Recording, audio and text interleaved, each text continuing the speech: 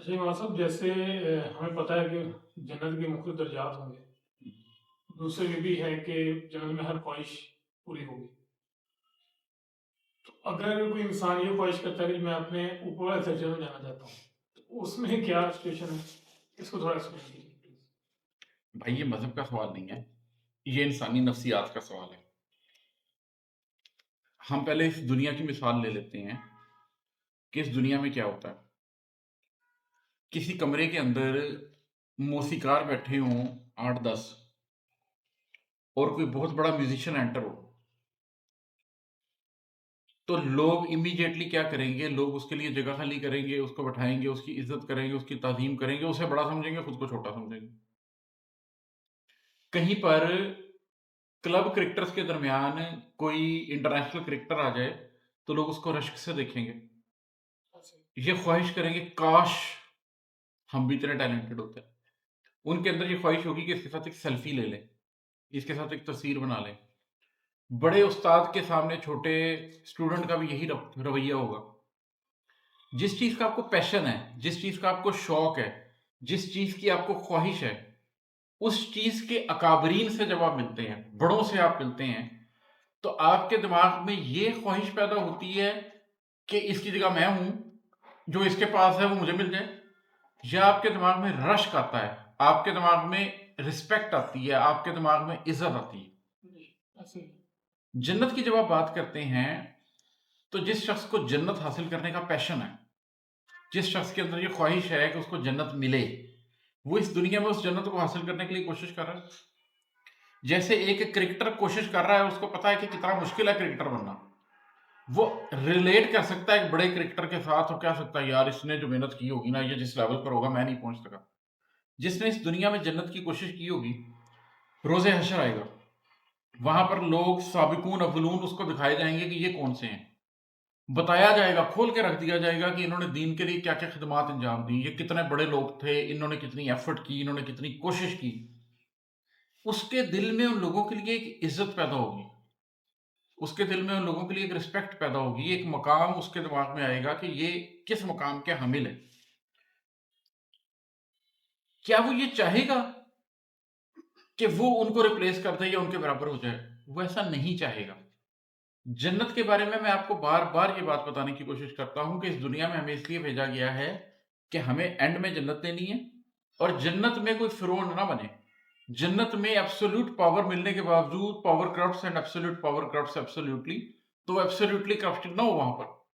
وہ دنیا کے امتحان سے گزرا ہو، وہ روز حشر سے گزرا ہو، اس نے خدا کی عظمت دیکھی ہو، اس نے خدا کے بندوں میں سے دیکھا ہو کہ فرعون کون تھا اور سابقون اولون کون تھے، صحابہ رسول کون تھے اور صدیقین کون تھے اور صالحین کون تھے. وہ اس کا شعور رکھتا ہوگا. اگر تو ایک ایسا شخص جو یہ سب کچھ دیکھنے کے بعد اس کا نفس ابھی اس مقام پر ہے کہ وہ انجسٹ ہے، اس کا نفس ابھی اس مقام پر ہے کہ وہ فساد کرنے پہ تیار ہے، ابھی اس مقام پر ہے کہ وہ یہ دیکھنا بھی نہیں چاہتا کہ اس کا حق کیا ہے اور وہ اپنے حق سے کہیں آگے بڑھنا چاہتا ہے، وہ جنت میں کیسے جائے گا؟ اور جب وہ شخص جنت میں پہنچ گیا ہوگا تو یقیناً وہ ان درجوں کا احترام رکھتا ہوگا. اب رہ گئی بات کہ اس کی ہر خواہش پوری ہوگی. اس کی ہر خواہش پوری ہوگی، لیکن کیا اس کے اندر یہ خواہش ہوگی کہ وہ اپنے سے اوپر کے درجوں والے جنہوں نے دنیا میں اتنی محنتیں کی ہیں، اتنے آزمائشوں سے گزرے ہیں، وہ یکدم ان کے برابر کر دیا جائے؟ اس کے اندر یہ خواہش نہیں ہوگی. اور جنت کوئی لاہور شہر کی تنگ گلیوں میں آپ کو ایک مرلے کا گھر نہیں دے دیا گیا کہ آپ کو ڈیفنس دیکھ کے دل کرے کہ میں بھی ادھر چلا جاؤں. ادنا ترین جنتی کو 13 زمینیں ملیں گی ایسی. وہاں پر لوگوں کے پاس کہکشائیں ہوں گی. ایک بندہ جس کے پاس 3 کہکشائیں ہیں، ہر کہکشاں میں نہ جانے کتنے سولر سسٹم ہیں، ان میں کتنی زمینیں ہیں، سب آباد ہیں، اور سب کے اندر اس نعمتوں کی فراوانی اور ان کا بادشاہ ہے. اس کے پاس ایسا تھوڑی ہے کہ وہ کچھ بیر منیمم مس کر رہا ہے نیچے کی جنت میں اور اس کو اوپر کی جنت میں وہ مل جا رہا ہے. اس کے پاس سب کچھ ہے. اگر کچھ نہیں ہے تو شاید یہی تو نہیں ہے کہ اکابرین کو جو عزت ملی ہوئی ہے وہ اس عزت میں ان سے ایک درجے کم ہے. اس کو تو وہ ایکسیپٹ کرتا ہوگا. اونچے درجوں میں تو وہ لوگ بھی ہوں گے جن کو جنت کی خواہش ہی نہیں ہوگی، ان کو نور الہی کی خواہش ہوگی. جو جنت کی نعمتوں کی طرف بھی نظر اٹھا کے نہیں دیکھتے ہوں گے، وہ اللہ کے دیدار کرتے رہتے ہوں گے، اللہ کے دیدار کی ان کو خواہش ہوگی. جس شخص کو اتنی چاہت ہے اس کی وہ اس دنیا میں وہ سب کچھ کرے گا کہ قیامت کے بعد جنت میں اس کو انبیاء کا، صالحین کا، صدیقین کا ساتھ ملے. اور جو آپ کے میرے جیسا آدمی ہے جس نے پوری دنیا داری میں زندگی گزاری ہے، بس کسی طرح بیر منیمم کی کوشش کرتا رہا ہے، جب وہ اس پوری دنیا میں اس بات پر راضی ہے، صبح و شام آپ کو پتا ہے کہ آپ نیکی میں آگے بڑھ سکتے ہیں، لیکن آپ راضی ہیں کہ فرض ہی پڑھ لیتا ہوں، تہجد رہنے دیتا ہوں. آپ راضی ہیں اس بات پر کہ 2.5%، 3%، 5% دے دیتا ہوں میں زکوٰۃ کے نام پر، 80% نہیں دیتا. تو وہاں جا کر سڈنلی آپ کو کیسے یہ خواہش پیدا ہو جائے گی کہ جی مجھے وہ سارے درجے مل جائیں. آپ ریئلائز کریں گے کہ آپ کی حیثیت کیا ہے.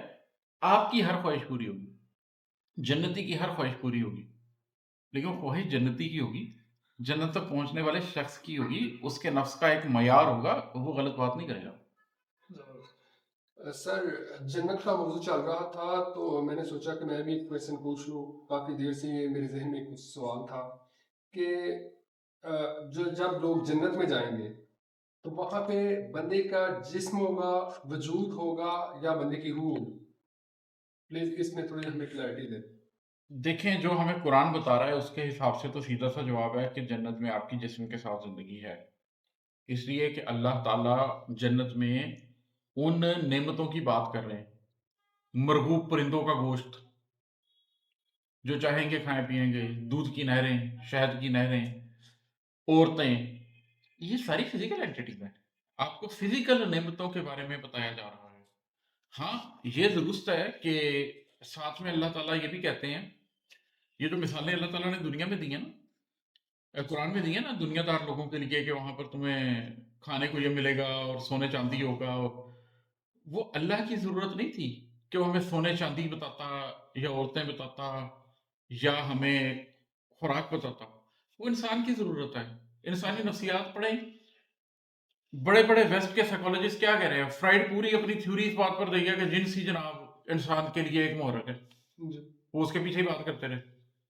ٹھیک ہے، یہ آپ کا پورا جو سوشلزم کا، مساوات کا کانسیپٹ اٹھا، یہ اٹھا ہی اس بات کے اوپر کہ انسان کی روزی روٹی سب سے بڑی ضرورت ہے. مطلب وقت کے دو بڑے امام جو ویسٹ میں گزرے ہیں، وہ کیا کہہ رہے ہیں کہ انسان کو جناب، ایک کہہ رہا ہے انسان کو عورت چاہیے، دوسرا کہہ رہا ہے نہیں جی انسان کو تو جو ہے کھانا پینا وہ چاہیے. اللہ نے ان کی مثالیں دے دی ہیں کہ تمہیں یہ پیارے ہیں، یہ تو ہوں گے ہی، دودھ کی تو نہریں ہوں گی، سونے چاندی کے تو تمہارے در و دیوار ہوں گے. ٹھیک ہے، حور مقصورات فی الخیام، عورتیں خیموں میں بورے ہوں گی تمہارے لیے، یہ تو تمہیں دوں گا ہی. لیکن ساتھ میں اللہ قرآن میں کیا کہتا ہے کہ وہاں وہ ہوگا جو نہ کسی آنکھ نے دیکھا نہ کسی دماغ نے سوچا. اچھا، آنکھ نے نہ دیکھا تو سمجھ آتا ہے، اربوں انسانوں نے سوچی بھی نہیں جو نعمت، حالانکہ نعمت کے پیچھے پاگل ہے پوری دنیا. اربوں انسانوں نے جو نعمت سوچی بھی نہیں وہ بھی تمہیں ملے گی. تو یہ چیزیں پیچھے رہ جائیں گی. بٹ ہیونگ سیڈ دیٹ، وہ ایک فزیکل جنت ہے، اس میں یہ ساری چیزیں فزیکل ہی ہوں گی. صوفیہ کے ہاں کچھ مسالک ایسے پیدا ہو گئے جنہوں نے ہر چیز کو میٹافوریکلی لینا شروع کر دیا. جیسے قرآن میں ذکر ہے نار جہیم، ٹھیک ہے، بھڑک جانے والی آگ. اب اس کا ترجمہ انہوں نے کیا تو انہوں نے کہا جی کہ بیسیکلی کچھ لوگ ہوں گے جن کو ایوولوشن کے اندر اس جگہ پر روک دیا جائے گا، کہ روز حشر نے کہا جائے گا کہ تم اس معیار پہ پورے نہیں اترے گے، تمہیں جنت کا بادشاہ بنا دیا جائے، چنانچہ تم اب یہیں رہو گے، تم اس سے آگے ترقی نہیں کر سکتے، تمہاری ایوولوشن ختم ہوئی. تو اس روک لیا جانے کی آگ ان کے اندر جو بھڑکے گی کہ ہائے ہم ناکام ہو گئے، اس کو جی نارے جہیم کہا گیا ہے. وہ اپنے ریگریٹ میں بھڑکتے رہیں گے، بھڑکتے رہیں گے، بھڑکتے رہیں گے، جنت تو آئی نہیں. یہ کچھ پیدا ضرور ہوئی ہیں مثالیں، لیکن یہ ایسا نہیں ہے. اللہ تو کہہ رہا ہے کہ قرآن میں بتا رہا ہے کہ ان کی کھالیں جل جائیں گی جہنم میں. جب کھالیں ان کی گل جائیں گی، ان کو دوبارہ کھال پہنائی جائے گی، پھر وہ جلایا جائے گا، پھر کھال پہنائی جائے گی. تو اب یہ فزیکلی ہو رہا ہے نا، ریگریٹ کی آگ سے تو نہیں ہو رہا. تو جہنم ایک فزیکل اینٹی ہے، جنت ایک فزیکل اینٹی ہے. وہاں پر آپ کو فزیکلی ہی رہیں گے، فزیکل لائف ہوگی آپ کی. ادروائز تو آپ کے مرنے کے فوراً بعد جو آپ ابھی جنت ہوئی نہیں، ابھی روزے حشر ہوا ہی نہیں ہے، روح یہاں سے آپ کی چلی گئی ہے، تو جتنا آپ کا ویٹنگ پیریڈ ہے پھر تو وہ ویٹنگ پیریڈ ہی ہوا. اس ویٹنگ پیریڈ کے اندر بھی فرعون کے بارے میں کہا جاتا ہے کہ اسے صبح شام اس کا مقام دکھایا جاتا ہے. ایکچوئل جہنم میں تو وہ نہیں ہے. اگر اس انٹرپریشن کو مان لیں تو پھر تو ایکچوئل جہنم میں آج ہی ہے، کیونکہ وہ آج سے ہی چل رہا ہے. روز حشر ایک حقیقی جنت اور ایک حقیقی دوزخ شروع ہوگی جس کے اندر آپ جائیں گے. جی سر، آپ کی باتوں سے ابھی فوراً ایک اور سوال میرے ذہن میں آیا کہ جب جنت میں جائیں گے، جیسے دنیا میں دیکھیں تو اموات ہو رہی ہیں، اسی طریقے سے جب بندے کی موت ہوگی وہی ایج پھر جنت میں ہوگی. جنت میں یہ تو حدیث میں ذکر ہے کہ تمام کے تمام لوگ 33 برس کے ہوں گے. 33 سال وہاں پر جنت میں بائی ڈیفالٹ سب کی عمر ہے. جو پہلے مر گیا، جو بعد میں مر گیا، جو بوڑھا مر گیا، جو جوان مر گیا. ایون قد کے بارے میں بھی ذکر ہے، 60 ہاتھ کا ذکر ہے آدم علیہ السلام کے والد میں، کچھ مجھے ایگزیکٹ نہیں یاد، لیکن 33 برس کی زندگی ہے، وہ تو بتایا ہوگا. اس میں ایک حدیث بھی مشہور ہے نا کہ آپ صلی اللہ علیہ وسلم نے ایک بڑھیا سے مذاقن کہا کہ جی جنت میں کوئی بوڑھی بھی عورتیں نہیں جائیں گی، جوان ہو کے جائیں گی. تو وہ تو ایسے ہی ہے. تو 33 برس کی عمر وہاں پر ہوگی، حدیث سے ہمیں پتہ چلتا ہے. یہ موضوع نہیں ہے، یہ سوال نہیں بنتے. سوال یہ بنتا ہے کہ ہم کیا کر سکتے ہیں کہ ہم جنت میں جائیں. یقین کریں ادنا ترین درجے میں بھی ہاتھ پاؤں پڑ جائے نا، پاؤں رکھنے کی جگہ بھی مل جائے، اللہ اس میں اتنی وسعت دے گا کہ سب کچھ ہو جائے گا. جنت میں جانے کی کوشش کرنی چاہیے. یہ سوال، ان سوالوں میں رکھا کچھ نہیں ہے، ان سوالوں سے حاصل کچھ نہیں ہوتا. نبی کریم صلی اللہ علیہ وسلم کے زمانے میں آپ صلی اللہ علیہ وسلم کا گزر ہوا تو کچھ صحابی بیٹھے تھے، تو آپ صلی اللہ علیہ وسلم نے فرمایا کہ کیا بات ہو رہی ہے؟ تو انہوں نے کہا ہم قیامت کے بارے میں بات کر رہے ہیں. تو ہم نے فرمایا کہ تم نے تو تیاری کی ہے. اصل کام ہے تیاری کرنا.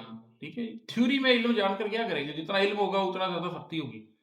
میں نے ساری زندگی اپنی سوچ یہ رکھی ہے، تھوڑا علم زیادہ عمل، تھوڑا علم زیادہ عمل. عالم بننے کی ضرورت نہیں ہے، تھوڑا سا جانے پورا عمل کرے اس کے اوپر.